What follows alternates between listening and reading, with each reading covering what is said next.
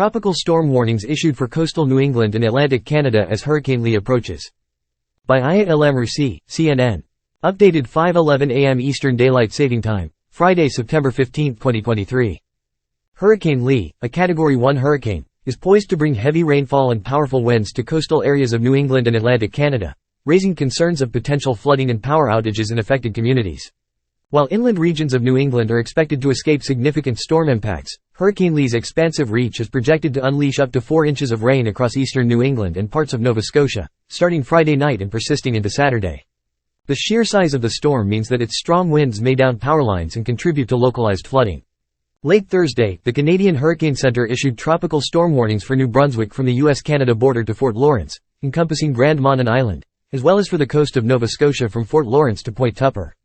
Tropical storm conditions, characterized by winds of at least 39 miles per hour, are anticipated to commence in southern New England on Friday afternoon, according to the National Hurricane Center. As Hurricane Lee draws nearer to the New England coast, Maine Governor Janet Mills declared a state of emergency on Thursday, requesting federal assistance in readiness for the impending storm.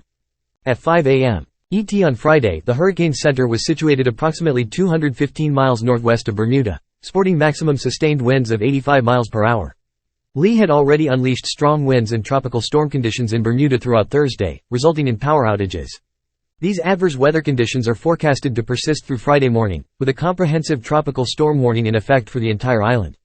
Meanwhile, in the United States, a combination of hurricane and tropical storm alerts has been issued for numerous coastal communities in New England, in anticipation of Lee's potential impacts on Friday and throughout the weekend.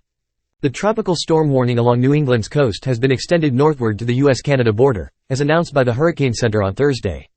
Furthermore, another tropical storm warning, initially affecting the Massachusetts coast, has been expanded westward to Westport, including Martha's Vineyard and Nantucket. Additionally, a hurricane watch is currently in place from Petite Manan Point, Maine, to the Canadian border. Forecasters anticipate Lee's weakening as it approaches land. However, due to its substantial size, the hurricane's powerful winds are poised to batter coastal New England and the Atlantic provinces of Canada. Hurricane-force winds extend up to 105 miles from the center, with tropical storm-force winds spanning a remarkable 320 miles, as reported by the Hurricane Center on Friday. On Saturday, hurricane-strength winds, defined as winds of at least 74 miles per hour, may impact the northern coast of Maine, extending into portions of New Brunswick and Nova Scotia in Canada. Furthermore, tropical storm-force wind gusts could affect a much larger expanse of New England and Atlantic Canada.